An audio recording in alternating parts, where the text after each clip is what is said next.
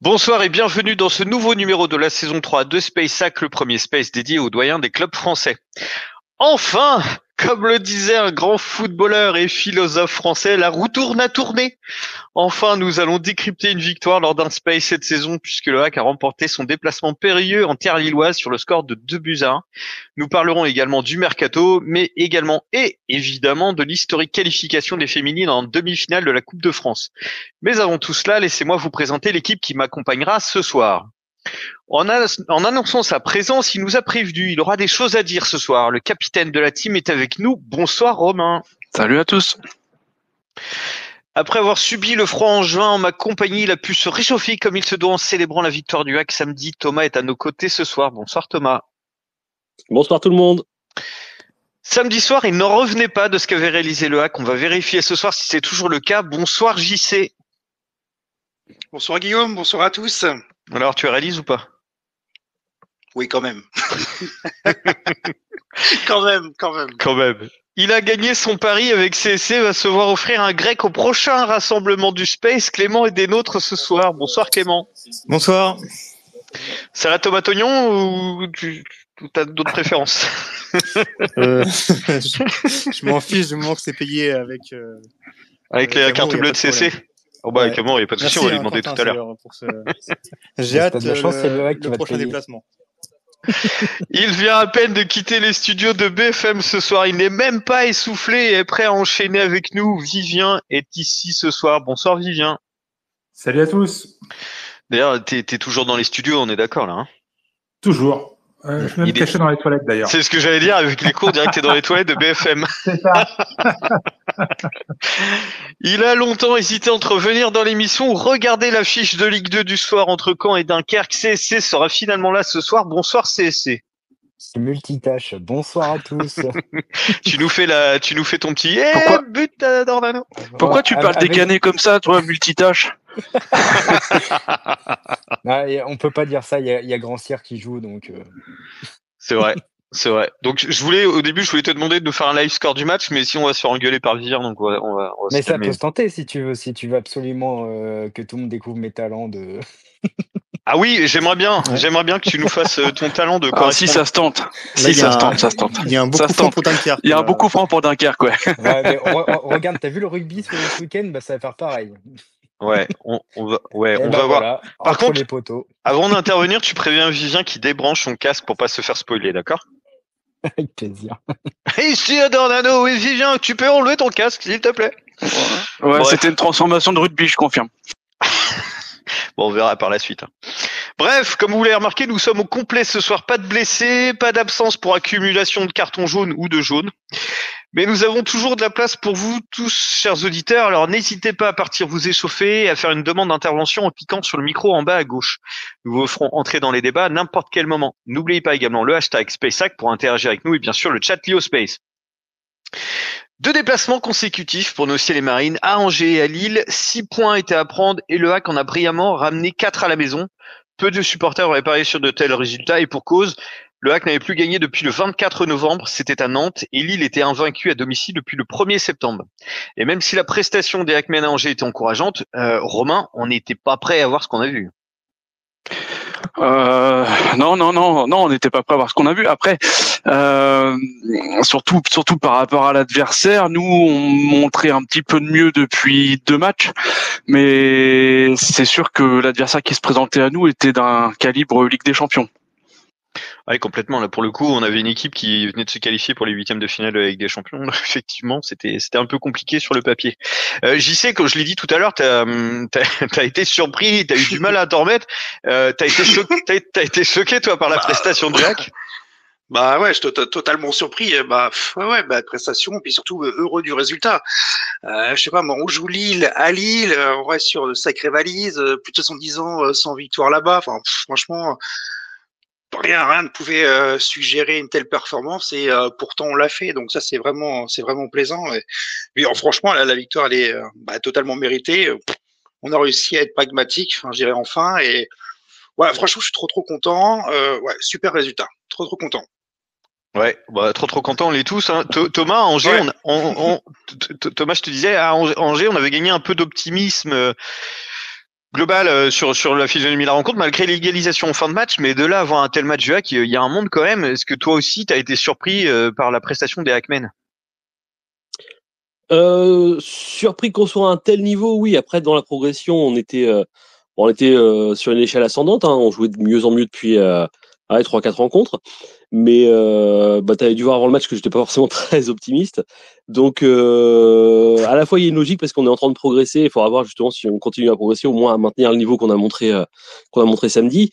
Mais ouais, je m'attendais pas à voir une équipe aussi cohérente. Enfin, autant individuellement que collectivement, c'était du très très costaud côté Havre ce week-end. Merci Thomas. Alors petit aparté, puisqu'il n'existe pas de space en bug technique, puisqu'à priori Romain n'entend pas Thomas, donc il revient. C'est ça Thomas? Romain? Ouais, c'est bon, je suis revenu, vous m'entendez? Oui, on t'entend. Et Thomas, est-ce que tu peux dire bonjour à Romain? Bonjour Romain. Bonjour Thomas, tu m'avais bloqué en fait. Je crois que je t'avais masqué, du coup je t'entendais pas. Non.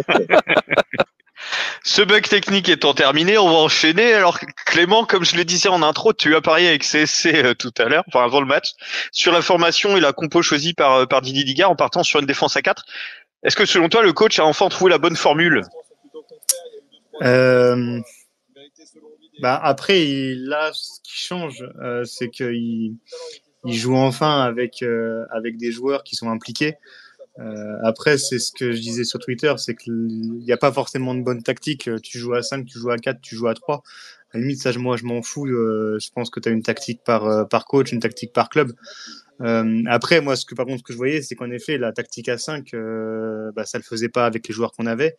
Et là, le 4-3-3, honnêtement, sur le plan défensif, en tout cas, j'ai trouvé ça super intéressant. Offensivement, on a enfin été dangereux. Donc, ouais, plutôt satisfait de cette tactique et cette organisation. Ouais, justement, je souhaiterais revenir sur le coach et notamment sur la déclaration que nous avons pu retrouver dans Paris Normandie. Je vous la lis et on y revient juste après. Donc Didier Ligard a déclaré: il faut tout changer. La tactique que j'avais choisie n'était pas bonne et les joueurs n'avaient pas répondu dans l'impact comme dans les efforts. Il va falloir avant tout être très bon défensivement. La situation fait que nous avons besoin de points. Donc ça, c'était avant le match à Lille. Vivien, un entraîneur qui fait son mea culpa de cette façon, c'est assez rare. Qu'est-ce que toi tu en as pensé? C'est un peu le problème de l'œuf et de la poule. C'est-à-dire, quand Digard fait son mea culpa, c'est très bien, tant mieux. Il a vu certainement les faiblesses dans son équipe, mais peut-être que justement les choix qu'il avait faits n'étaient pas les bons parce que dans son effectif, il n'y avait pas forcément les joueurs qu'il espérait ou des joueurs suffisamment impliqués. Et maintenant qu'il a des joueurs qui sont au niveau attendu et avec le degré d'implication attendu, c'est plus facile pour lui de mettre la bonne tactique. Tu vois ce que je veux dire? Tout est lié en fait, et quand c'est une question de cycle et de dynamique. Quand tu es dans une dynamique compliquée avec des joueurs pas forcément investis, avec des joueurs qui ont la tête ailleurs, avec certains joueurs qui sont pas forcément au niveau, on va pas remettre ce débat autour du niveau sur la table, mais voilà, c'est multifactoriel et tu es dans une dynamique négative, c'est compliqué de faire les bons choix. Les bons choix, en fait, ça marche pas. Tu te dis, effectivement, mon 5-3-2, c'est peut-être pas la bonne solution, je vais changer de tactique. Tu changes les joueurs, tu fais des essais. Il a fait beaucoup d'essais d'hier depuis le début de la saison. Et là, j'ai l'impression qu'il commence un petit peu, justement, à trouver un équilibre. Déjà, il a un effectif qui commence à être réduit. Et il commence à avoir les joueurs qu'il a choisis réellement, hein, avec Diawara, avec Manga, avec Hassan, Ballo-Touré qui n'a joué qu'une demi-heure, mais ce sont des joueurs qu'il a choisis pendant le mercato d'hiver. Ce sont pas des joueurs qu'il a subis comme le reste de l'effectif, parce qu'en fait, mercato d'été, il s'est pas vraiment renforcé. On a pris des prospects, mais on n'a pas pris des vrais joueurs titulaires. Et voilà, la dynamique change totalement, et on sent aussi que derrière, il va certainement se stabiliser au niveau de l'effectif. Je pense que Mwanga, Diawara, ils vont être titulaires indiscutables jusqu'à la fin de la saison. Hassan va être titulaire indiscutable. Casimir, s'il n'a pas de blessure d'ici la fin de saison, je pense pas qu'il va boucher de son poste. À la concurrence, ça va être au niveau de l'aile gauche entre Soumaré et Joujou, mais ça va jouer entre les deux. Et puis sur le reste de l'effectif, ça va pas bouger non plus. Donc là, ouais, je pense que on est sur une dynamique intéressante, et Et j'espère au plus profond de moi que les mauvais jours sont derrière nous et qu'on va arriver enfin à enclencher les vitesses et à vraiment être performant sur la durée. On voit Vivien que t'es bridé sur BFM. Non, pas bridé, c'est que j'ai pas le même temps. Ici, il se lâche, chez nous il se lâche, il y a pas de souci. Bah justement, tu parlais du renouvellement d'effectifs. Pour rappel, le HAC a laissé partir soit libre, soit sous forme de prêt, donc Christopher Operi en Turquie à Başakşehir. Steven Goura qui est parti au Cercle Bruges, Oussama Tagalin a signé à Feyenoord, Johan Salmi à Clermont, Samuel Grandcir est à Caen, n'est-ce pas, CSC? Il est bien à Caen? Ouais, ça, il est dans le match. Non, c'est que j'étais en train de faire autre chose. Affirmatif, il est bien sur le terrain. Est-ce qu'il est titulaire? Très bien, merci, CSC. Paul Arnier a été Paul Arnier, lui, a été prêté en Belgique en deuxième division, je crois, au Franc-Borin. Arrêtez-moi si je dis une bêtise. Et Emmanuel Sabi, selon les dernières infos, il était en partance pour la MLS à Vancouver plus précisément. Donc 7 départs si on compte ce dernier. Romain, toi, quel est ton sentiment par rapport aux déclarations d'Didier Guigard? Est-ce que il a été entendu par rapport à la réduction d'effectifs, mêlé à son mea culpa? Est-ce que toi tu penses que c'est la bonne formule pour enclencher une nouvelle dynamique? Ah, oui, bah, ils ont appliqué ce qu'ils avaient dit qu'ils feraient, donc réduire l'effectif, essayer de travailler avec des joueurs le plus concernés possible, et surtout, je pense qu'on s'est séparé de deux joueurs qui, pour moi, n'avaient plus la tête au hack, qui sont Operi et Targaline, pour moi. Il y a eu quelque chose avec Targaline, après, on saura jamais quoi, mais je pense qu'il y a eu quand même j'imagine, je sais pas, enfin, j'ai pas d'infos, mais j'imagine qu'il y a eu un petit truc entre Digard et Targaline, et donc non, on s'entoure de joueurs qui ont envie, tout simplement. Moi, je trouve quand même que le mercato hivernal, moi, je le qualifierais presque d'exceptionnel par rapport à la situation sportive et financière du HAC. Ça paraît quand même assez incroyable. Ok, bon, c'est peut-être des joueurs qu'on pas complètement prouvé ou quoi, mais quand je vois Hassan devant, ça fait longtemps qu'on a eu ne serait-ce qu'un numéro 9 de ce gabarit-là. Moi, c'est un joueur qui me plaît beaucoup. Rien que physiquement, déjà, je le trouve de taille à fouler les pelouses de Ligue 1. On verra ce que ça donne, mais dans ce qu'il apporte, dans le style de jeu qu'il apporte devant, il me plaît vraiment énormément.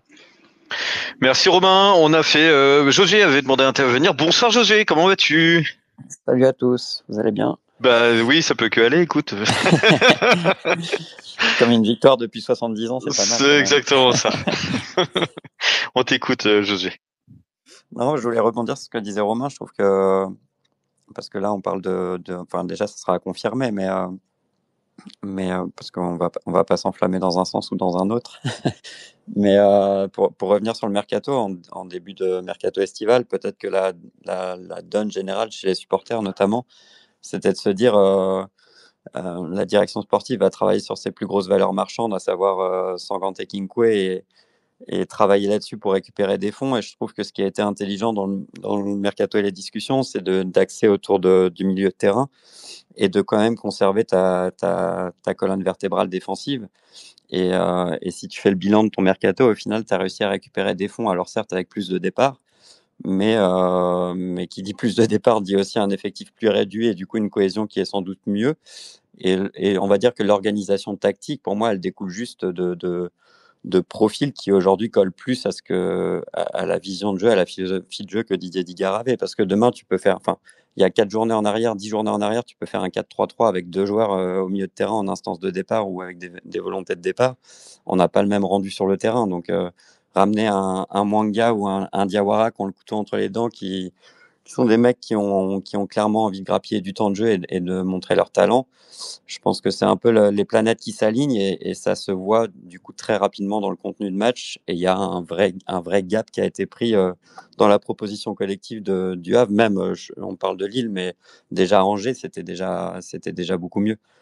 Donc, je pense que c'est vraiment l'alliance aussi d'un mercato et cette volonté d'insister sur l'entrejeu qui, pour moi, au final, l'entrejeu était vraiment l'interrogation centrale, pas forcément en termes de qualité ou de niveau, mais en termes de joueurs qui sont plus ou moins impliqués. Et ce secteur-là, mine de rien, a été largement renforcé cet hiver et ça change la donne. Ouais, merci José. Quelqu'un veut rebondir sur ce que disait Josué, Clément? Ouais, juste, pour moi, c'est vraiment là qu'en effet, nos problèmes étaient plus qu'offensivement. Au milieu de terrain, on n'arrivait pas à ressortir un ballon proprement. On avait, après, tu dis manque de qualité. Moi, je pense qu'on avait quand même un petit manque de qualité, surtout au niveau de la récupération et de la première relance. Et là, en tout cas, ce qu'ont montré Mwanga et Diawara à Lille, clairement, c'est quelque chose qui nous fait vraiment du bien. Quand t'as Mwanga qui arrive à éliminer deux adversaires pour lancer Casimir ou pour lancer Soumaré, Diawara qui te fait des passes en profondeur derrière la défense, c'est ce qu'on voyait pas les 6 premiers mois. Et je pense que ces profils-là, honnêtement, ce qu'aurait dû faire Targaline, mais ces profils-là, comme tu disais, ils sont frais, ils ont le couteau entre les dents et ils nous font vraiment beaucoup de bien. Et je pense que c'est vraiment un bon choix de Mathieu Bonnemer d'avoir axé son recrutement sur vraiment ces postes-là, parce que pour moi, c'est vraiment ce qui nous fait défaut. Et comme disait Romain, avec Hassan Kouka, on a enfin un point de fixation devant. Et je pense que Romain disait que le mercato était incroyable, mais je suis vraiment d'accord avec lui. C'est vraiment, même que ce soit au niveau des profils, que Mathieu Bonnemer a ciblé et au niveau des caractéristiques des hommes qu'il a pris, je trouve que c'est vraiment bien joué. Après, comme tu dis, il faut pas s'enflammer. Mais ce qui me rassure, c'est qu'au moins on aura tenté, on n'aura pas coulé sans rien faire. Donc voilà, déjà pour moi, je suis rassuré, et même si on va en Ligue 2, au moins on aura fait des choses pour pas y aller. Ouais. Voilà, je partage ton avis, Clément. Vivien, tu voulais intervenir justement sur ce que disait Clément ou José? Oui, de manière globale, c'est sur la qualité des deux milieux de terrain, des deux nouveaux qui sont arrivés chez nous, Mangwa et puis et Diawara. C'est ce qui est impressionnant, c'est leur capacité à la fois à ressortir des ballons sous pression et avoir une qualité technique au-dessus de la moyenne. Ils font les deux parce que souvent nos milieux de terrain avant, où ils étaient capables d'avoir une belle qualité technique, un peu comme un Targaline, mais derrière perdre des ballons bêtes quand il y avait un pressing de l'équipe adverse. On l'a constaté à plusieurs reprises. Targaline a perdu à plusieurs fois des ballons dangereux qui nous ont coûté des buts. Et nos deux joueurs, ils ont ces deux qualités-là.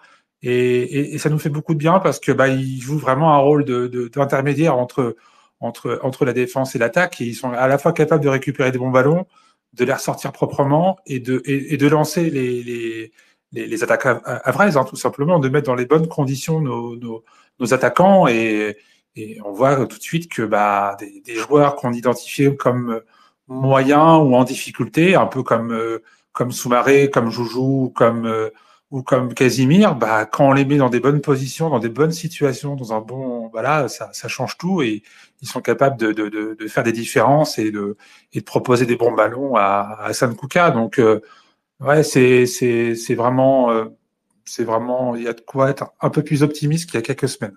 Guillaume, je te coupe juste carton rouge pour quand à la 36e minute. T'abuses que j'ai été plus subtil, j'avais mis un message dans le groupe pour intervenir. Mais non, mais faut prendre la parole, Quentin, c'est ce qu'on te demande là, vas-y. Je voulais mettre la musique de Canal+ avec la petite musique, ça aurait été plus sympa. Romain le fait très bien, vas-y Romain. C'est-à-dire, t'as raison. Voilà, je le fais à ta place. Il lui met un équipe dans la gorge. Ah ouais, il est beau. Bien joué. Encore du. Merci messieurs pour cette parenthèse Canès. On retourne tout de suite chez Thomas. Thomas, on t'écoute. Oui, moi j'aurais une question pour Josué, parce que je sais que le mercato est fini, mais pas tout à fait. Est-ce qu'il y a des infos pour Emmanuel Sabi, parce que ça a l'air de traîner un petit peu. Alors je crois que ça finit tard, le mercato côté MLS, mais avec Joujou qui est bien revenu en forme, avec Soumaré qui nous a fait un match monstrueux ce week-end. De toute façon, ça va être dur pour lui de regagner sa place. Ouais. Donc je sais pas si tu as des infos sur pourquoi ça traînasse un peu. C'est pas que ça traîne. Si ça traîne par rapport au mercato hivernal français, mais le mercato MLS ferme le 24 avril. Aujourd'hui, il y a un accord qui a été trouvé entre les deux clubs. Donc ça, c'est posé. pas dernièrement parce que j'ai pas les dernières évolutions là très très récentes, mais à la toute fin du mercato, l'accord était posé entre les deux clubs et Vancouver le voulait très rapidement. Maintenant, il faut que Vancouver s'entende contractuellement avec Sabi, mais on est sur un dossier qui est réglé à 98-99%, quoi. D'accord, ok. Donc, Merci pour les détails. Donc voilà. Et on a un mercato en Turquie qui ferme, je peux en parler parce que il y aura rien, il se passera rien et ça changera rien, mais il y a un mercato en Turquie qui ferme ce soir et dans les dernières heures, il y avait un intérêt de Beşiktaş pour Kinkoué, mais ça se fera pas. Ah bah voilà le scoop. Merci José. Si nos amis d'Infoac écoutent, vous pouvez citer Josué dans le space, il n'y a pas de problème. Ouais. Parenthèse fermée, j'aime bien faire des petits tacles comme ça, c'est sympa. Donc on va revenir sur le match. Les gars, je taille dans le conducteur, je suis désolé, je voulais envoyer, mais comme d'hab, on improvise. On va revenir plutôt plus en profondeur sur le match face à Lille, puisqu'avant le match, c'était la sinistrose parmi les supporters, parmi nous dans l'équipe. Je sais pas, c'est combien il avait parié, on doit être sur du 5-0. 0-7. 0-7. Clément, il avait mis une victoire. T'avais mis quoi, Clément? Moi, j'avais mis 5. T'étais bien aussi. J'avais mis 5-2 pour le Havre, moi. C'est ça, bah voilà, t'étais pas trop mal, mais le seul vraiment qui avait une touche d'espoir, une conscience positive dans l'équipe, c'est Vivien, parce que Vivien, il avait parié un match nul. Ouais. Vivien, est-ce que malgré tous tes espoirs, t'as quand même été surpris, toi, en cette fin d'après-midi samedi? Qui ne l'a pas été, franchement. Ouais. Qui pouvait s'attendre à un tel niveau de performance? Moi, j'espérais, comme je disais dans les messages, un nul héroïque, un vieux 0-0 des familles. Mais j'étais loin d'imaginer qu'on allait produire un tel niveau de jeu et qu'on ait une telle maîtrise de la rencontre. Parce que ce qui est assez incroyable, c'est que des fois, il y a des victoires qui sont un petit peu miraculeuses. On gagne sur un score qui est pas forcément le reflet du contenu. Mais là, on a vraiment, il y a rien à dire. Du début à la fin, on a fait tout ce qu'il fallait pour vraiment gagner ce match. On n'a pas eu de temps véritablement faible. Le seul petit reproche qu'on peut faire, c'est le but un petit peu casquette de Kinkoué sur la fin, qui aurait pu nous faire très très mal au crâne si on l'avait pris alors qu'on menait que 1-0. Heureusement qu'on avait 2 buts d'avance. Mais à part ça, sur le reste de la rencontre, c'est la perfection, quoi. Enfin, la perfection. Tout est relatif par rapport à une équipe telle que la nôtre qui jouent le maintien et qui voilà. Mais faut reconnaître que non, c'était une vraie surprise pour tout le monde. Et Romain, toi, est-ce que tu penses qu'on a frôlé la perfection samedi après-midi à Lille?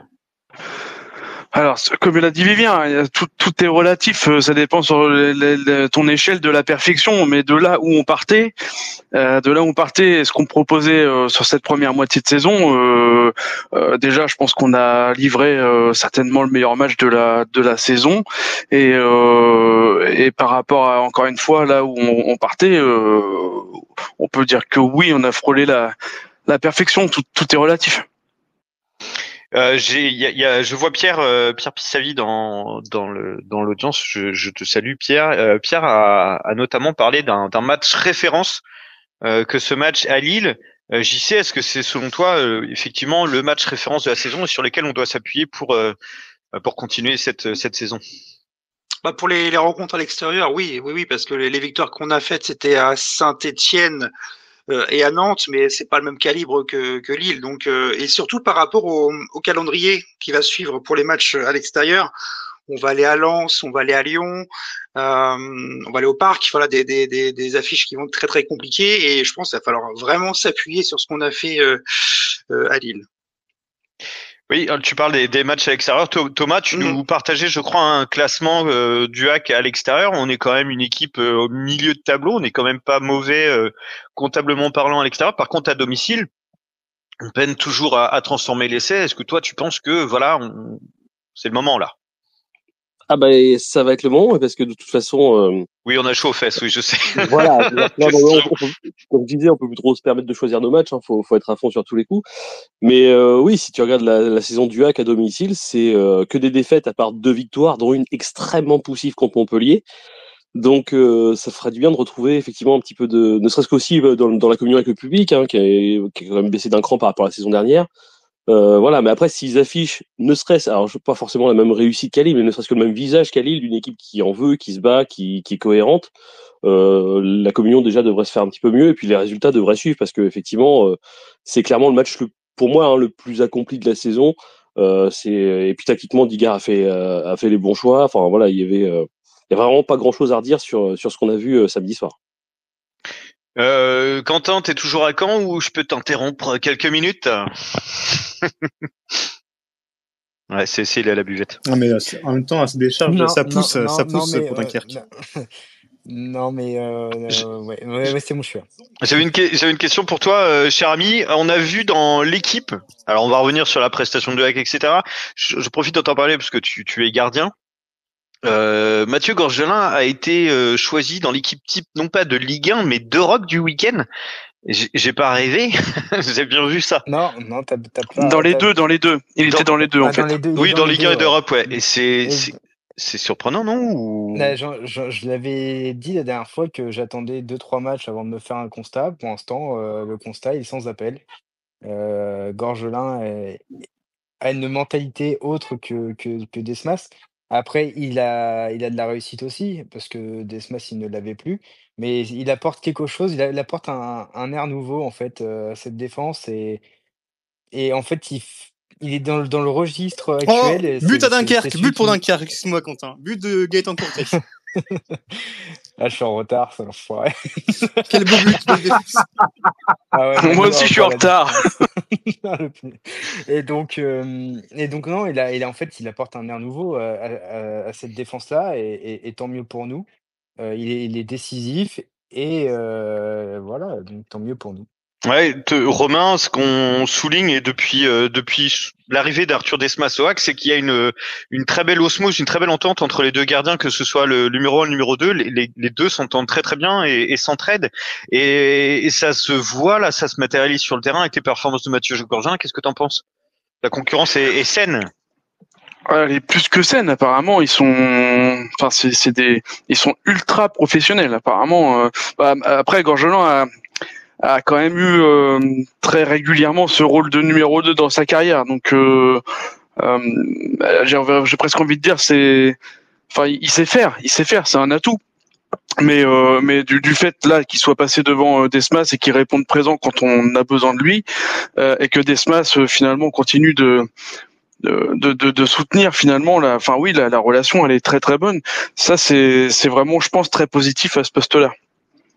Donc oui, merci Romain. Effectivement, c'est très positif. Et puis le Hack en profite pleinement depuis 3 matchs. Je vais intégrer le match, les matchs avant ce danger, parce que voilà, ses sorties étaient quand même intéressantes, et on voit qu'il apporte de la sérénité et quelque chose en plus, et un renouveau, comme disait Quentin, une nouvelle ère, et c'est très intéressant. Donc le match contre Lille, on est tous d'accord pour dire qu'il était abouti. Est-ce que vous avez un coup de cœur, quelque chose que vous souhaitez retirer de ce match?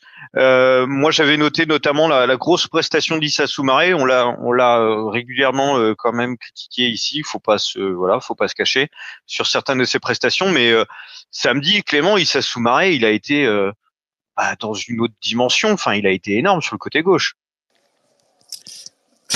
Pourquoi tu m'interroges? Je te sens emmerdé. Je voulais pas. Non, mais... Oui, après, j'aime bien faire chier les gens. Après, il me pose pas de questions. La seule qui me pose, c'est sur Issa Soumaré. Après, pour te répondre franchement, j'ai pas forcément trouvé Issa Soumaré exceptionnellement bon. Après, c'est sûr qu'il met une passe D et un but. Donc à partir de là, c'est ce qu'on lui demande. Donc pour lui, le job est fait. Après, ce qui est sûr, c'est que voilà, c'est un joueur, je trouve qu'il est malheureusement un peu limité pour la Ligue 1. Mais de toute manière, maintenant, il n'y a plus vraiment le choix, vu qu'on n'a plus que 3 ailiers dans l'effectif. Il va jouer. Donc c'est à lui de démontrer qu'il a le niveau pour la Ligue 1 et de faire le job. Je voulais juste revenir sur là, je vais pas me faire que des amis non plus, mais vous parliez de match le plus abouti, match exceptionnel. Je suis pas forcément d'accord avec ça. Je trouvais que les matchs en début de saison étaient plus aboutis, à Saint-Etienne et Auxerre. Par contre, ce qui est sûr, c'est qu'on a retrouvé vraiment, ce qui faisait notre force l'an dernier, c'est-à-dire une grosse cohésion d'équipe, des mecs qui se battent les uns pour les autres. Donc ça, c'est sûr. Et ce qui fait du bien, c'est qu'on enraye vraiment cette spirale négative de défaite et surtout sans marquer de but. On a quand même marqué 2 buts. Je sais pas depuis quand c'était pas arrivé ça, 2 buts dans un match. Nantes, mais... c'est pas Nantes, si je dis pas de Nantes, conneries. on avait fait 1-0. 2-0, on gagnait 2-0 à Nantes. Ouais, non, mais voilà, donc tu vois, voilà, ça fait 3 mois, c'est ça? Donc, novembre, ouais. Ouais. Non, mais voilà, donc je pense que ça a fait vraiment du bien. Après, la plus aboutie, j'en sais rien. Ce qui est sûr, c'est que c'était vraiment une grosse équipe en face. Donc ça, faut pas le minimiser. Mais moi, voilà, je demande à voir et je demande la confirmation aussi. C'est là, on est tous contents, mais on va voir aussi contre Nice et contre Toulouse ce que cette équipe a dans le ventre. Mais honnêtement, j'ai plus confiance maintenant qu'il y a 3 jours. Je crois que quelqu'un voulait rebondir sur ce que disait Clément, il me semble, Lucien ou Thomas, je suis pas sûr. Oui, par rapport, comparer le match de samedi contre Lille avec les victoires contre Saint-Etienne et Auxerre, c'est même pas comparable parce que l'adversité en face c'est pas la même. Enfin, faut comparer.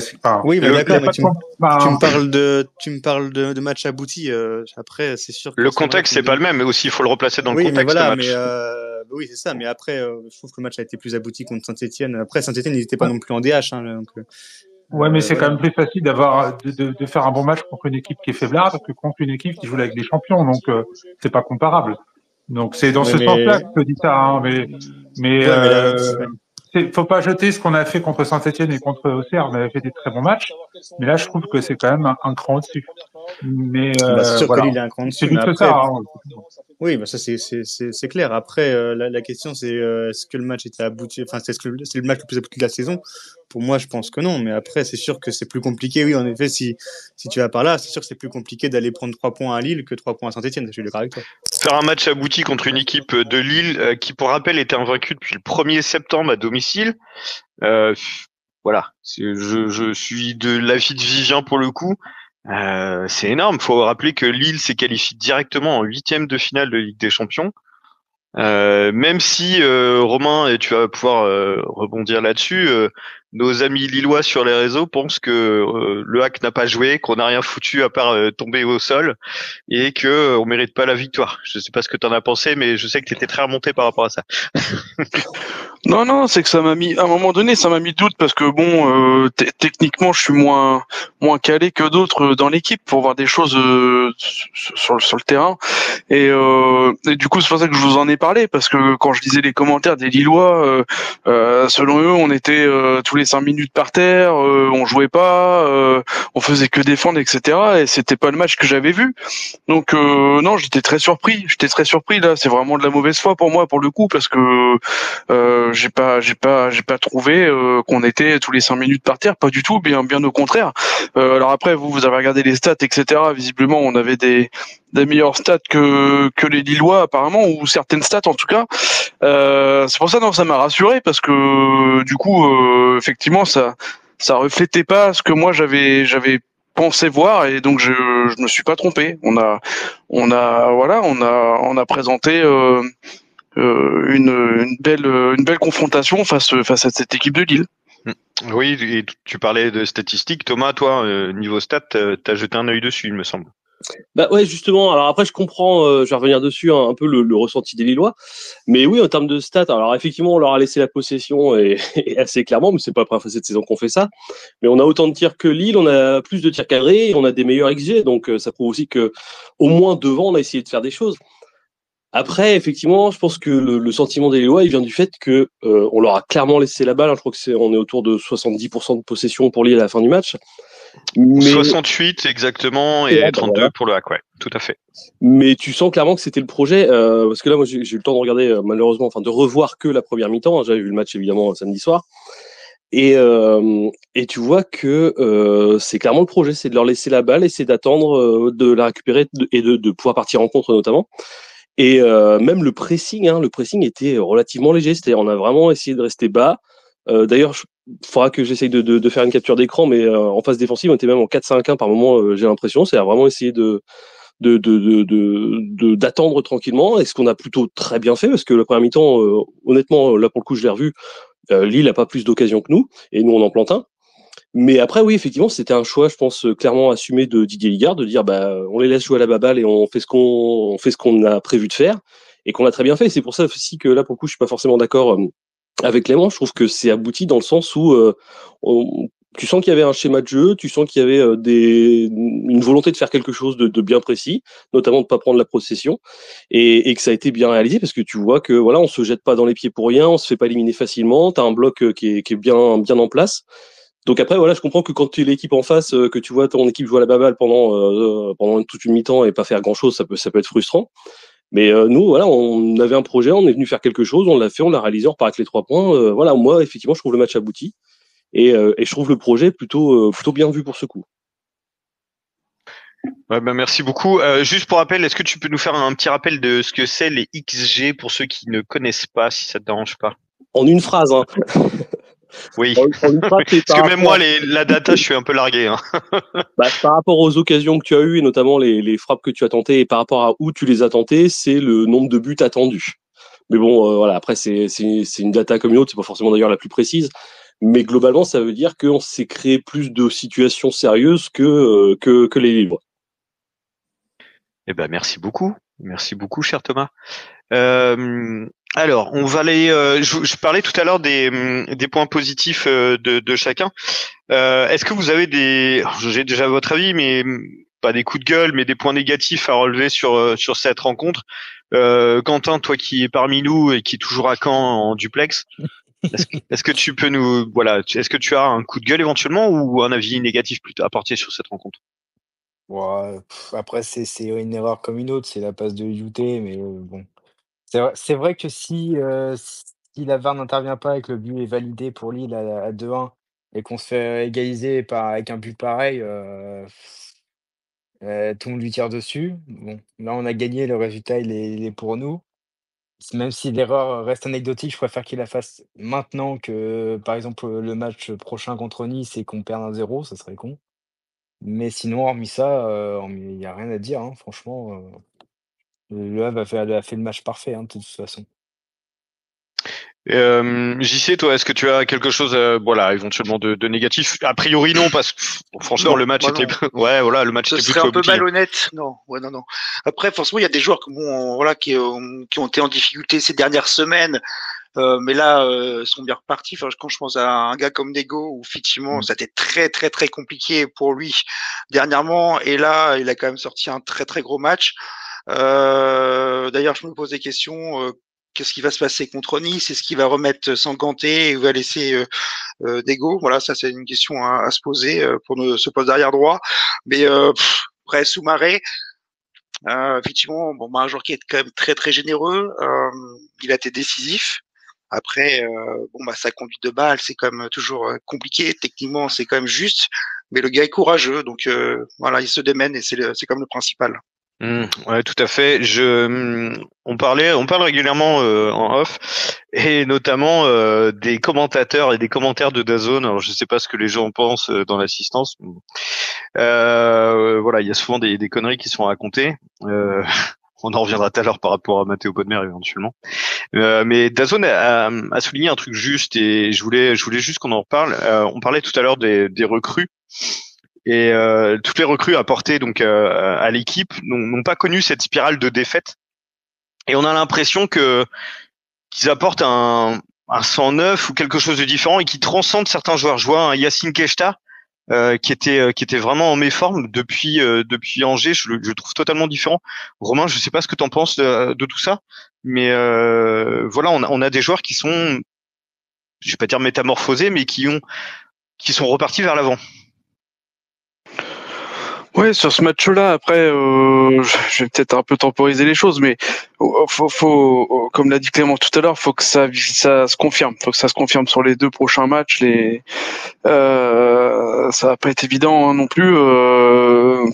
Mais oui, sur ce match-là, c'est sûr qu'on a vu un tout autre visage.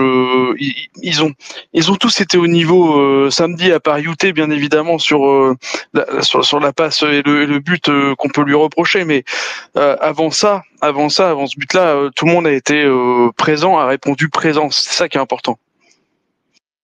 Ouais, tout à fait. Donc effectivement, ça sera à confirmer et confirmer très bientôt puisque ce week-end le HAC reçoit Nice. Alors Nice sont 3e du championnat, égalité avec l'AS Monaco. CSC, est-ce que le HAC, selon toi, peut rivaliser avec Nice par rapport à ce que tu as vu sur les derniers matchs? Est-ce que tu penses qu'on peut faire un résultat contre Nice? C'est dur quand même à pronostiquer. Parce que on affronte Lille, on va à Lille, on repart avec la victoire. Maintenant, vu la confiance qui a été dans le groupe lillois avec la Ligue des Champions, même s'ils se sont fait éliminer contre Dunkerque, ça n'allait plus trop. Ça reste une victoire à Lille, donc c'est pas n'importe qui. Le Havre peut battre un peu, est capable du pire comme du meilleur. On le sait depuis des années, on suit le club depuis des années. Après, voilà, Nice est une équipe joueuse qui sont sur une performance incroyable en Ligue 1. Je parle bien que de la Ligue 1 parce qu'en Coupe d'Europe, ils ont été 0. Euh, En Ligue 1, ils sont très costauds. J'ai vu le match ce week-end. Il n'y a pas grand-chose à dire de leur match parce qu'ils ont été très très bons. Donc ça va être compliqué. Ça va être un match compliqué. On a marqué 6 points en 10 matchs à domicile. Euh, c'est très dur de se prononcer. Pour moi, ça va être compliqué parce que Nice est quand même une équipe joueuse et je sais pas, je sens qu'il y a un climat au stade Océane qui n'est plus le même depuis un certain temps. Juste pour Nice, peut-être que Thomas, tu pourras nous dire, mais je pense qu'ils sont pas si bons que ça à l'extérieur. À domicile, ils sont C'est vraiment ce que j'allais dire. Alors, ils sont 7e à l'extérieur et c'est pas une équipe non plus à prendre à la légère, quoi. Ah non, s'ils sont 3e de Ligue 1, c'est sûr que c'est pas prendre à la légère, mais là, je voyais les résultats. 1 à Toulouse. Comme tu disais, en Coupe d'Europe, c'est un peu de la merde. Mais dès que ça joue à l'extérieur, 2-2 à Montpellier, 4-1 à Lyon. Ils ont perdu 4-1 à Lyon. 2-1 à Saint-Brieuc, ce qui est lamentable. Ouais. Franchement, une équipe qui perd à Saint-Brieuc. À Nantes, c'est pas ouais, non. Je pense que c'est faisable. Après, bon, pas non plus s'emballer. Ils ont voulu nous imiter là sur ce coup-là. Une équipe qui se fait éliminer à Saint-Brieuc par une N2, franchement, c'est lamentable. Enfin, bref. La question qui va être intéressante, je pense, parce que tu vas être face à une équipe qui peut faire le jeu comme Lille pouvait faire le jeu contre nous, c'est est-ce que Didier Digard va essayer de refaire un peu la même chose, qu'on sait qu'il aime bien changer aussi. Bon, après, il changeait parce qu'il avait pas ce qu'il voulait à disposition, maintenant c'est un peu plus le cas. Est-ce qu'il va essayer de faire la même chose, c'est-à-dire on laisse l'adversaire jouer à la baballe et on essaye de faire le même schéma qu'à Lille, sachant que maintenant les équipes ont vu, donc ce sera peut-être un peu plus prévisible. Ça va être intéressant de voir ses choix justement d'entrée de match, voir si on essaie de prendre la balle ou si on la laisse comme on l'a fait contre Lille. Parce qu'effectivement, t'es un peu sur le même type d'équipe, t'es une équipe qui aime bien jouer, t'es une équipe qui facilement peut faire mal. Donc, est-ce qu'on retente le même coup ou est-ce qu'on part sur quelque chose de différent? Ça va être quelque chose d'intéressant à suivre, je pense. Ça va être un match assez athlétique, je pense. Je pense que ça va se jouer surtout entre notre défense et Guessant qui est très très physique. On parlait tout à l'heure de Sanganté, je pense pas que ce soit un bon match pour le remettre contre Nice. À droite, mais dans l'axe à la place de Youté, qu'est-ce que tu en penses? Non, je pense que Youté il a un apport athlétique important et surtout sur ce match-là avec une équipe de Nice qui ont quand même des joueurs très athlétiques aussi. Il a un statut quand même de capitaine. Est-ce que vous pensez que Didier Digard peut le mettre sur le banc justement contre Nice alors qu'il a ce statut de capitaine? Ouais, il l'a déjà mis sur le banc plusieurs fois quand même. Ouais. Même s'il était entre guillemets blessé et qu'il était comment je pourrais dire, qu'il était pas en méforme. Il n'était pas physiquement apte peut-être à faire 90 minutes, donc il le mettait sur le banc. Et encore, des fois, il rentrait même pas. Pour moi, je pense qu'il bougera pas son équipe. Je ne pense pas. Il y a deux postes sur lesquels, à mon avis, l'effectif va peut-être un peu bouger. Il va y avoir une hésitation. C'est arrière droit entre Nego et Sanganté. Ouais, et l'autre poste, ça sera devant ailier gauche entre Soumaré et Joujou.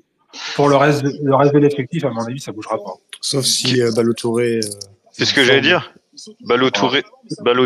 Ah oui, Ballo-Touré, oui. Pas Touré au milieu de terrain, mais Ballo-Touré, oui, excusez-moi. Oui, exact, avec Zouaoui. c'est pas impossible qu'il récupère sa place. Bah après, les deux, que ce soit Joujou ou Ballo Touré, reviennent de blessure, donc pas sûr qu'ils les mettent titulaires d'entrée, donc c'est vrai, probable c'est qu'on vrai, ait t'as raison. le. Ils vont peut-être les faire rentrer tous les deux, peut-être en Ouais. cours de match, hein, Parce que là, Après, Soumaré est apprécié de Digard aussi. Oui, ça on a vu, Donc, merci. non, mais pour moi, il sera titulaire, je pense. Surtout qu'il fait Oui, pas c'est un mauvais possible, match c'est à possible, Lille. possible, ouais, possible.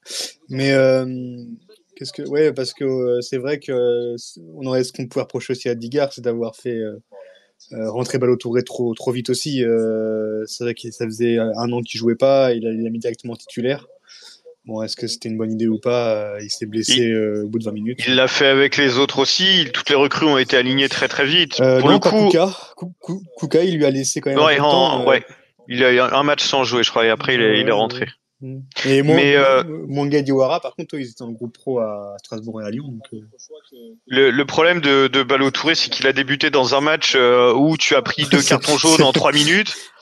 Non, c'était pas celui-là. Non, c'était pas lui. C'était le match avec les cartons rouges. J'inverse avec les matchs contre Brest. C'était un bon match de Boucher en tout cas la première mi-temps. C'est sûr que c'était pas l'idéal pour lui non plus. C'était n'importe quoi. Il y avait une tension qui était énorme. Il se blesse sur un fait de jeu en plus. C'est con, mais il se blesse avec Belkebla.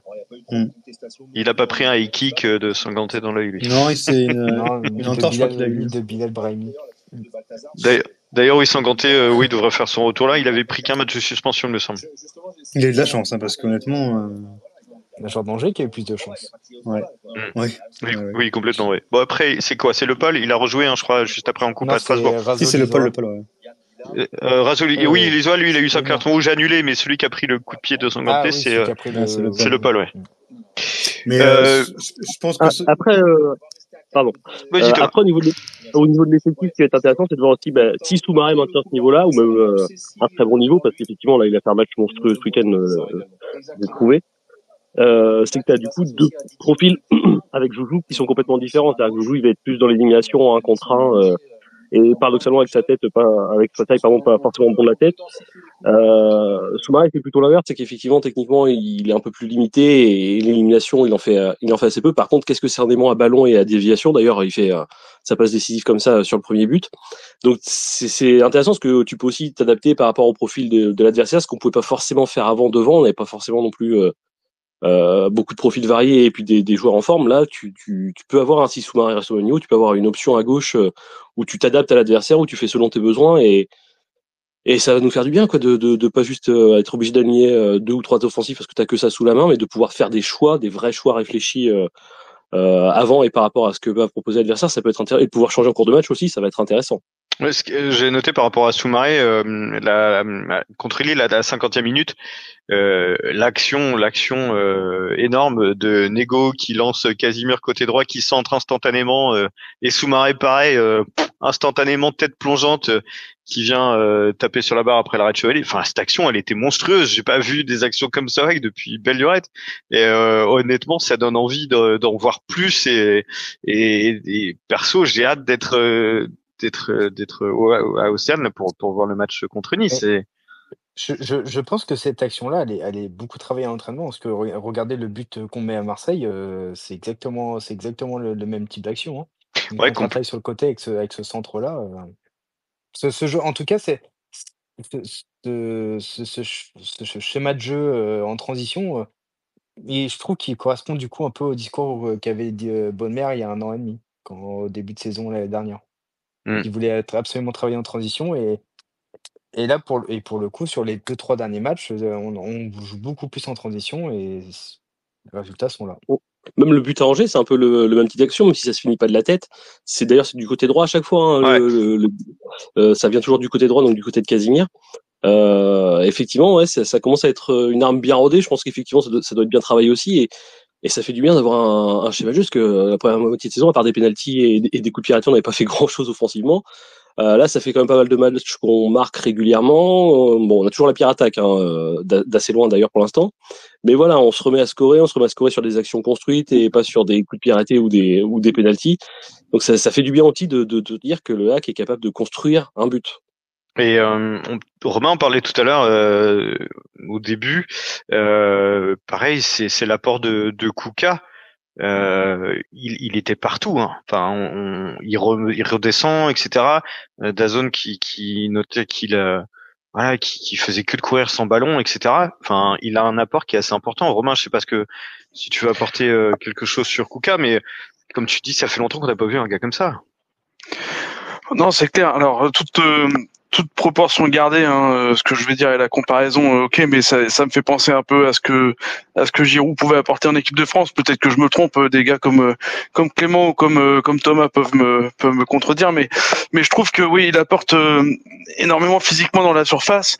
Et finalement, c'est très très complémentaire à Ayou qui peut rentrer après la 65e, 70e.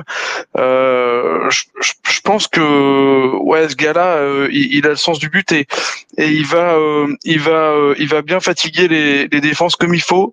Donc je serais pas surpris aussi qu'on voit Ayou marquer en fin de rencontre aussi quand il va rentrer. Je pense qu'il est ouais, je pense qu'on propose quelque chose qu'on n'avait pas avant et quelque chose qu'on peut faire maintenant avec la complémentarité de ces deux joueurs-là, sans qu'ils soient en même temps sur le terrain, j'entends. Ouais, donc complètement. Je sais pas si quelqu'un veut réagir, Thomas, éventuellement sur Kuka. Qu'est-ce que toi tu penses de ce qu'il apporte et de ce qu'il pourra nous apporter? C'est quelqu'un voilà, enfin moi j'ai envie de le voir plus et C'est un joueur. il apporte. J'ai l'impression qu'il va nous apporter pas mal de choses, quoi. Ouais, c'est ça. C'est un joueur d'un calibre qu'on n'a pas souvent vu au HAC. En plus, je le trouve assez classe, assez élégant.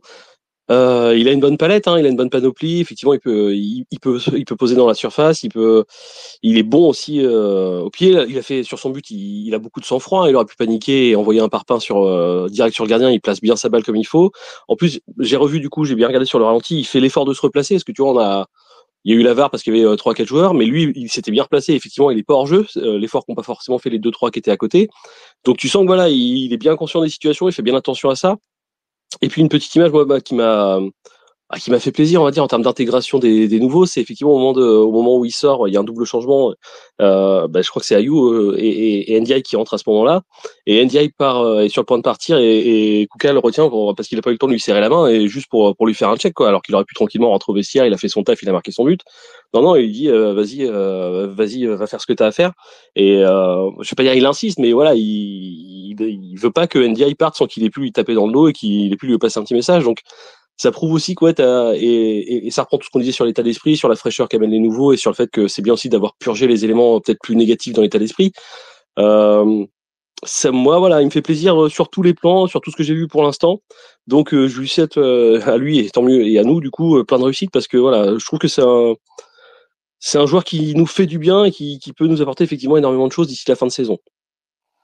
Oui, tout à fait.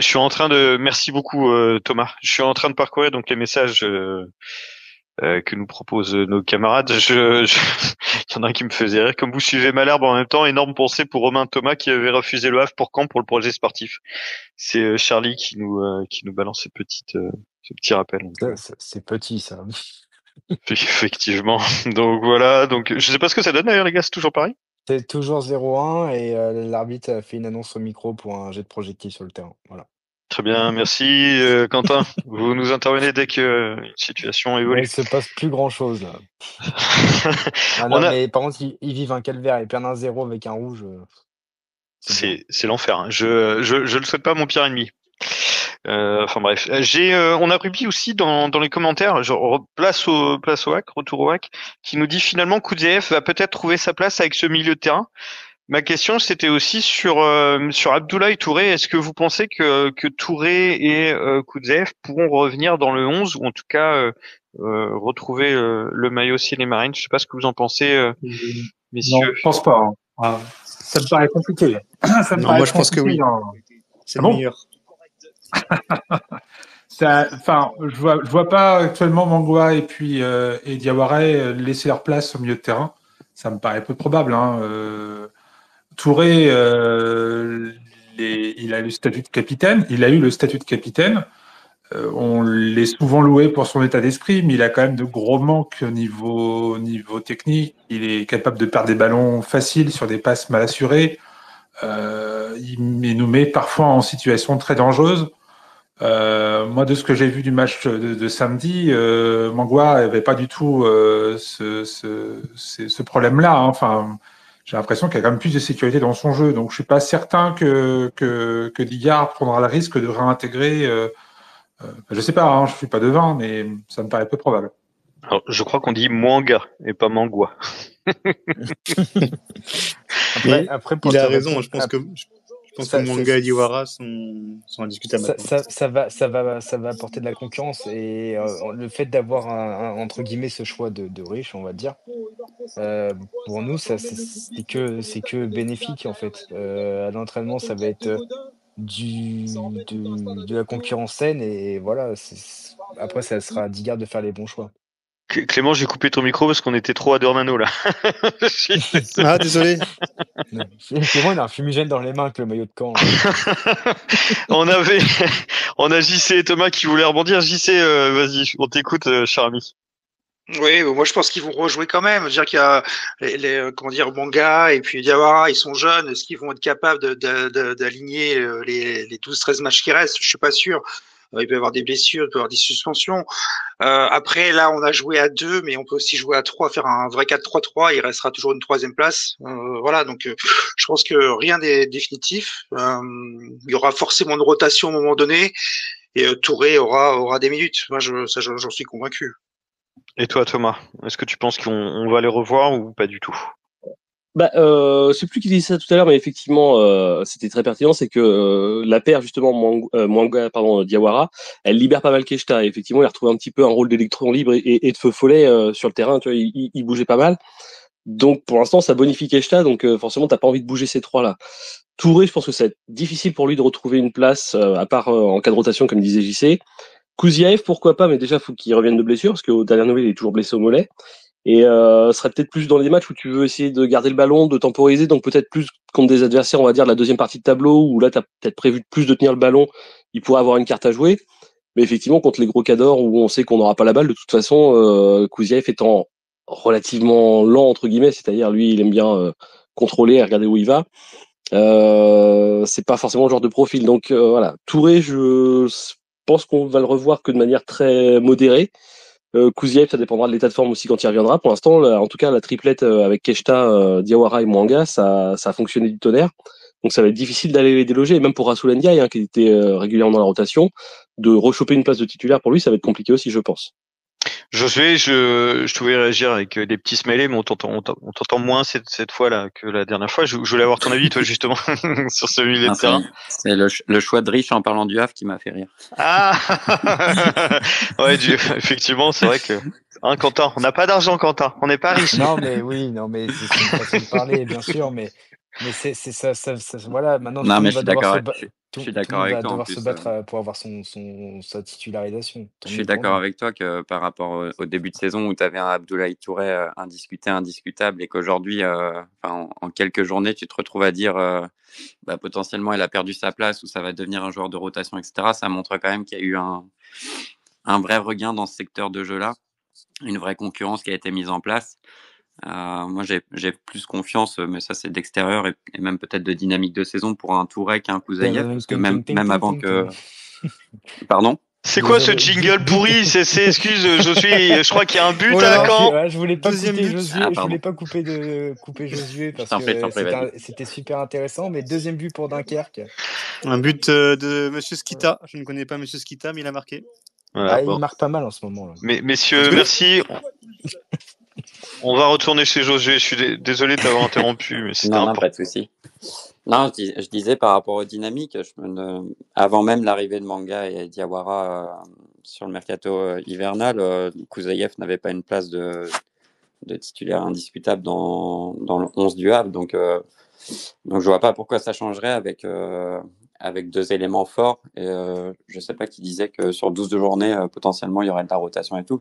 Je pense que le Havre, aujourd'hui, sont dans une position où il n'y a pas de la gestion. C'est le meilleur qui va être sur le terrain et c'est les points qui vont être importants. Donc, on est sur deux profils jeunes avec le couteau entre les dents encore, comme je le rappelle. Je pense que c'est deux joueurs qui ont la caisse largement pour enchaîner les matchs. Et s'ils sont performants, il n'y aura aucune raison de prendre le risque de les sortir du 11 parce que le Havre a forcément besoin d'avoir quelque chose d'assez solide et va s'appuyer sur les quelques certitudes. Aujourd'hui, ils ont en tout cas envoyé le message qu'il pouvait être des certitudes dans ce 11-là. Et ça serait fou de discuter ces certitudes dans un moment où t'es en lutte pour le maintien, quoi. Mais, Donc, oui, oui. par rapport à Daler Koutaïev, ce qui est terrible, c'est quand il est arrivé au HAC, on s'est dit c'est extraordinaire, un gars qui a joué au Zénith, qui a joué la Ligue des Champions, il fait un sacrifice énorme pour venir avec nous, c'est un top joueur. Bien sûr. Et aujourd'hui, de se dire que il a peut-être plus sa place dans le 11 titulaire, c'est quand même terrible, non? Ouais, il y a une forme, il y a forcément une forme, je pense, de frustration déjà de entre guillemets. Il y avait beaucoup d'attentes, je pense, quand elle est arrivée déjà, et il y avait aussi un côté, c'était un très très joli coup. Enfin, il y avait énormément d'attentes. C'est quelqu'un qui avait une expérience internationale, etc. Donc, tu pouvais légitimement le placer comme une référence, un taulier dans ton équipe, ce qui n'a pas forcément été le cas sur le terrain. Après, je trouve que c'est important aussi de parler de ça parce que dans une dynamique, enfin dans une course au maintien, il y a l'aspect terrain évidemment qui est important, mais il y a aussi l'aspect vestiaire. Et on parlait du mercato hivernal, mais déjà le fait de resserrer un groupe comme ça et entre guillemets de mettre sur le navire qui va aller qui va se battre que les personnes vraiment hyper motivées par ce challenge-là, avoir des tauliers de vestiaire, même s'ils ont un peu moins de temps de jeu ou qui répondent pas forcément présents sur le terrain. Mais je pense à Ayou, parce que là, on parle de ça, mais Ayou, depuis le début de saison, c'est quand même beaucoup plus compliqué depuis son retour au Havre. Techniquement, je parle, c'est pas une attaque, mais c'est assez factuel, je trouve. C'est plus compliqué pour lui. Mais ça reste des éléments hyper importants dans une dynamique de maintien et d'éléments piliers d'un vestiaire. Je pense à Kouzaïev. On parlait des qualités d'Ahmed Hassan, mais Ahmed Hassan, c'est pareil. C'est au-delà de ses qualités physiques, 1m91, etc. C'est un mec qui a l'expérience internationale, qui a voyagé, qui a vécu différentes cultures, qui a vécu dans ses propres clubs aussi des situations compliquées, etc. Donc, c'est des personnes aussi qui sont habituées à ces contextes-là et qui peuvent être hyper importants dans ces moments-là. Donc, il y a évidemment le terrain qui est hyper important, mais il y a aussi toute la semaine comment tu crées la symbiose, et ça participe aussi à ce que tu vois après le samedi ou le dimanche, quoi. Ouais, merci beaucoup José pour ton avis sur Deler et notre situation. Vivien, tu voulais rebondir sur justement ce que disait Josué. Ouais, oui, parce que tu disais Josué par rapport à Ayou, je le trouve un petit peu sévère. Alors certes, on sent qu'il a le poids des ans sur ses épaules et dans ses jambes, mais je le trouve quand même assez décisif. Dernièrement, il a quand même marqué 3 buts. Et l'arrivée d'Hassan Kouka va lui faire beaucoup de bien parce qu'il va pas être obligé d'avoir toute la responsabilité de l'attaque sur lui-même. Parce que jusqu'à maintenant, on lui demandait beaucoup parce que c'était le seul joueur vraiment capable de faire la différence, en tout cas sur le papier.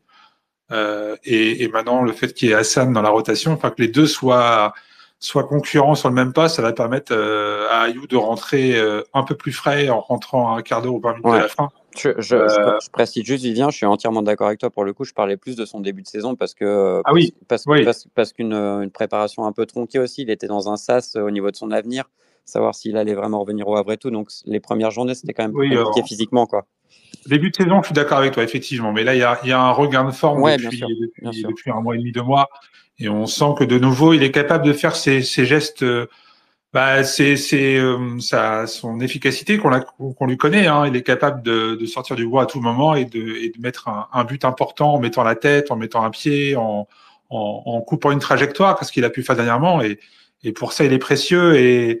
Et c'est vrai que d'avoir ce duo-là sous la main, Dillard doit être quand même très satisfait d'avoir enfin 2 vrais attaquants d'expérience efficaces et qui vont faire beaucoup de bien pour la suite. Question peut-être un peu stupide, mais est-ce que vous pensez que on pourrait les voir tous les deux alignés en même temps en attaque ou pas? Ils sont voués à tourner tous les deux. Je sais pas, Clément, Quentin, ce que vous en pensez? Les gars, non, je pensais que Quentin allait réagir. J'ai le respect pour les anciens quand même. Putain, les gars, vous avez 18 ans chacun. Non, moi je pense que entre Ayou et Kouka, c'est ça? Ouais, est-ce qu'on peut les voir tous les deux en même temps ou pas? En début de match, je pense pas, parce que déjà si on garde le 4-3-3, c'est compliqué de mettre Ayou sur une aile. Et puis je trouve pas hyper complémentaires. C'est-à-dire que autant Kouka a un rôle plutôt de pivot, Ayou, tu vas avoir du mal de lui noyer la peau de prendre la profondeur, quoi. Ce que font très bien Soumaré et Casimir. Donc, après, voilà, on va voir ce que va faire Digard, mais j'ai mis des doutes, en tout cas, sur leur présence tous les deux au coup d'envoi d'un match. Par contre, après, quand c'était mené 1-0 en fin de match, pourquoi pas les voir associés, ouais.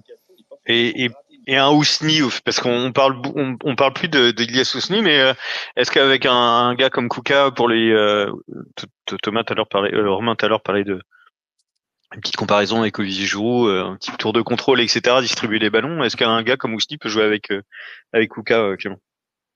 Parce que je suis pas sûr qu'on le revoit beaucoup, le pauvre Ilyas. Bah, il a quand même des lacunes quand même tactiques, Ousni, et physiques pour jouer en Ligue 1 pour l'instant. Je te dis pas que qu'il ira pas un jour, mais là c'est un peu light. Après, ouais, Ousni c'est plus malheureusement, tu vois, c'est un peu comme Targanin, c'est des joueurs qui, je pense, performeraient plus, dans des équipes qui sont au milieu de tableau ou haut de tableau. Parce que c'est pas forcément des joueurs qui sont très très habiles sous la pression, c'est pas des joueurs Ousni, tu vas pas lui demander de défendre tout un match, quoi. Je pense que c'est pour ça aussi que Digard le met pas titulaire, mais après ouais, par contre c'est un mec qui peut être intéressant, qui peut, je pense, te débloquer un match sur une action ou sur une frappe. Donc pourquoi pas en fin de saison le voir. Lui c'est pareil, c'est plus un joueur d'axe, donc sur une aile, pourquoi pas, mais voilà, honnêtement, pour l'instant, Ousni, malheureusement, il n'est pas forcément au niveau pour représenter une place de titulaire. Ousni, c'est un prospect, hein. Il est encore en préformation, hein. Il a oui, bien sûr. Dans les souvenirs, hein. C'est difficile de lui mettre toute la responsabilité du poids c'est ça, d'un attaquant, hein. Faut lui laisser le temps de venir à maturité, et ce serait dommage de le griller maintenant. Et le problème, c'est qu'actuellement, on est dans l'urgence de points, donc c'est difficile de donner du temps de jeu à des jeunes en devenir, alors que maintenant, il faut être performant maintenant. Donc, on l'aurait bien vu, Ousni, dans une situation où on était en Ligue 2, par exemple, et le faire rentrer dans des matchs, on va dire, un peu plus faciles, où on aurait mené au score en lui disant, tiens, on mène déjà 2-0 contre je ne sais qui en Ligue 2, et puis vas-y, rentre, et puis montre ce que tu as à faire. Là, on n'est pas dans cette configuration-là. Ils ont tenté un pari en le faisant venir. Bon, pour le moment, le pari c'est pas décisif, mais voilà. Éventuellement, si jamais on se maintient pas en Ligue 1 l'année prochaine et qu'on descend en Ligue 2, moi, je mettrais peut-être une petite pièce pour le garder l'année prochaine, parce que je pense qu'il pourrait nous être utile. Mais bon, là, c'est pas du tout le débat, hein. Après, Diawara, il est pas forcément beaucoup plus vieux qu'Ousni, hein. Ousni, il a 19, Diawara, il a 20. Diawara, il a quand même montré des choses intéressantes. Ouais, bien sûr, c'est ça. Il a l'année dernière avec Lyon, hein, alors que Ousni, jusqu'à maintenant, il a fait que des petits bouts de match au PSG, encore. C'est très light, ouais. Il n'est pas au même degré de maturité, on va dire. Non, je suis d'accord avec toi, bien sûr. Les gars, je fais une petite parenthèse, j'en profite pour saluer Romain qui va nous quitter. Merci Romain. Bisous Romain. Ciao. Je sais pas s'il est pas déjà parti. Bonne soirée Romain, merci beaucoup. Donc voilà, merci en tout cas les gars pour votre retour sur tout ça. Est-ce que vous avez des choses à rajouter sur éventuellement le match à Lille? Voilà, et sinon on va glisser tranquillement vers la fin. Est-ce que vous avez quelque chose à rajouter? Je demande pas à Quentin puisqu'il est encore à Dornano. À part le fait que je suis très impatient d'être à dimanche. À part ça, non. Après, moi, en parlant du débat avec Ayou, tout ça, c'est vrai que Ayou, c'est mon ressenti, hein, mais je le trouve un peu émoussé par rapport à sa saison et le fait qu'il joue beaucoup. Sur les deux, trois derniers matchs, je le sentais quand même un peu dans le dur, quand même, physiquement. Mais j'ai du respect pour les anciens, hein, mais à un moment aussi, 35 ans, même il doit avoir une bonne hygiène de vie pour s'entretenir comme ça, mais ça commence à être dur quand même pour lui. Donc effectivement, l'arrivée de Kuka peut lui faire du bien parce que, comme le disait Vivien, il est pas sûr d'avoir 90 minutes dans les jambes. Et peut-être que ça sera un très bon joueur de rotation. Ouais. Et puis même dans le vestiaire, comme le disait José, c'est ce genre de joueur qui est hyper important, surtout dans notre situation pour porter les jeunes, etc. C'est important. Après, Ayou, effectivement, je pense qu'il a plus forcément, en tout cas, 90 minutes peut-être sur un match, mais dans l'enchaînement, je pense pas. Mais une demi-heure comme on le fait rentrer en ce moment, et puis oublions pas qu'il est à l'heure actuelle meilleur buteur du club, hein. Donc sur des bouts de match, il est capable de faire ce qu'il a à faire sur 25-30 minutes. Il est capable d'aller marquer le petit but qui qui nous délivre. Donc voilà, je pense qu'effectivement l'âge le rattrape, donc il fera plus des saisons complètes. Mais voilà, en complément, en relais de Kuka, le faire jouer entre 20 et 30 minutes. Après, en plus que les défenses soient fatiguées, ce sera peut-être plus simple pour lui. Je pense qu'il peut encore nous apporter, hein, et ça m'étonnerait pas qu'il finisse, parce que l'an dernier il a fini à 5 buts, ça m'étonnerait pas qu'il fasse mieux que l'an dernier. Il en a les capacités encore, je trouve. Mais c'est un joueur qui a la rage, qui rentre et qui a de la niaque, qui en veut, quoi. Ouais, c'est ça, effectivement. Quand il rentre, il apporte, il mouille totalement le maillot. Enfin, il a jamais triché, André, et c'est vrai que c'est pour ça que c'est un joueur qui est extrêmement apprécié. Voilà. Est-ce que vous aviez quelque chose à rajouter, messieurs? Je ne crois pas. Non, pour moi c'est bon. Je voulais avant de conclure, évidemment qu'on fasse un retour sur la qualif des féminines en demi-finale de la Coupe de France. Après leur victoire 2-1 dans les toutes dernières minutes face à Toulouse. Alors je sais, les traditions, ça se respecte, on gueule souvent là-dessus, mais quand même, une demi de Coupe de France, c'est énorme, messieurs.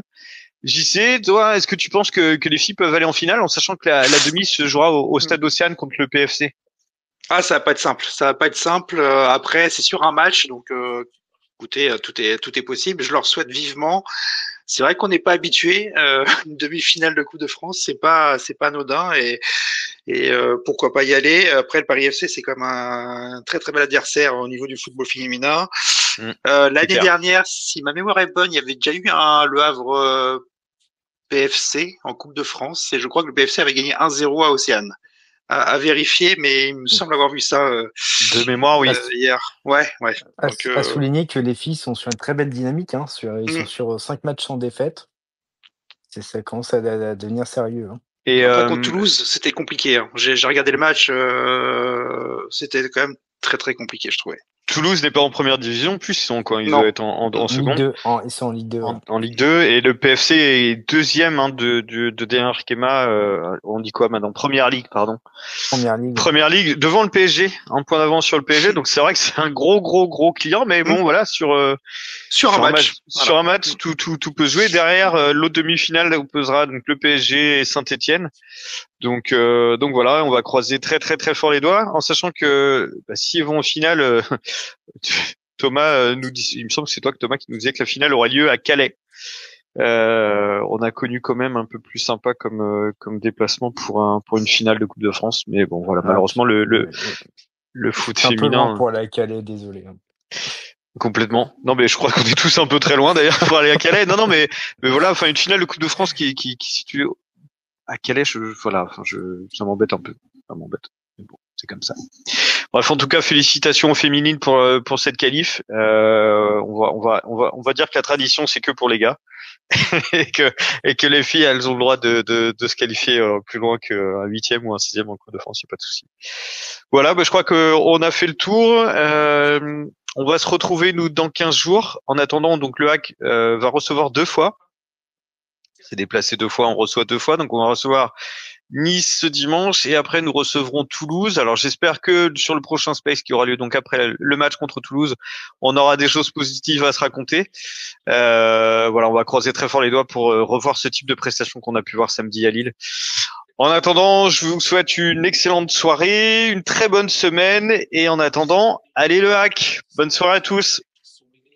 Bonne soirée. Bonne soirée. Salut.